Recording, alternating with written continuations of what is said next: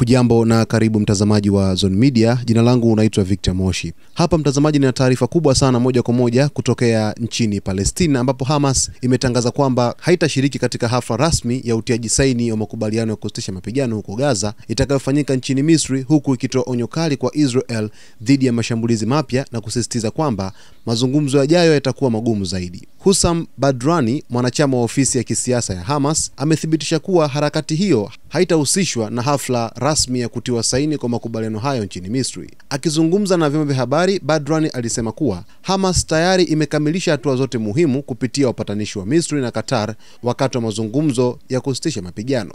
Badran alikanusha madai yanayoenea kwamba viongozi wa Hamas wangelihama kutoka Gaza chini ya mpango wa Rais wa Marekani Donald Trump, akiyataja madai hayo kuwa ni upuuzi na hayana maana yoyote, akisisitiza kuwa hakuna Mpalestina atakayekubali pendekezo kama hilo. Aidha, alionya kwamba Hamas itajibu vikali iwapo Israel itaanzisha tena uchokozi wowote mpya, na akaeleza kuwa awamu inayofuata ya mazungumzo na Israel itakuwa ngumu na yenye changamoto zaidi. Jana ikulu ya Misri ilitangaza kuwa mji wa Sharm el-Sheikh utakuwa mwenyeji wa mkutano wa kilele cha amani siku ya Jumatatu wenye lengo la kumaliza vita vya Gaza. Mkutano huo utakaoongozwa kwa pamoja na Rais wa Misri Abdel Fattah el-Sisi na Rais wa Marekani Donald Trump utahudhuriwa na viongozi kutoka zaidi ya nchi 20, na makubaliano ya kusitisha mapigano Gaza yanatarajiwa kutiwa saini rasmi wakati wa hafla hiyo. Hafla hii, mtazamaji wa Zone Media, inakuja kufuatia ziara ya Rais wa Marekani Donald Trump kuzuru katika ukanda wote wa Mashariki ya Kati, ambapo atatembelea Israel, atatembelea Afrika nchini Misri katika mustakabali wa kuweza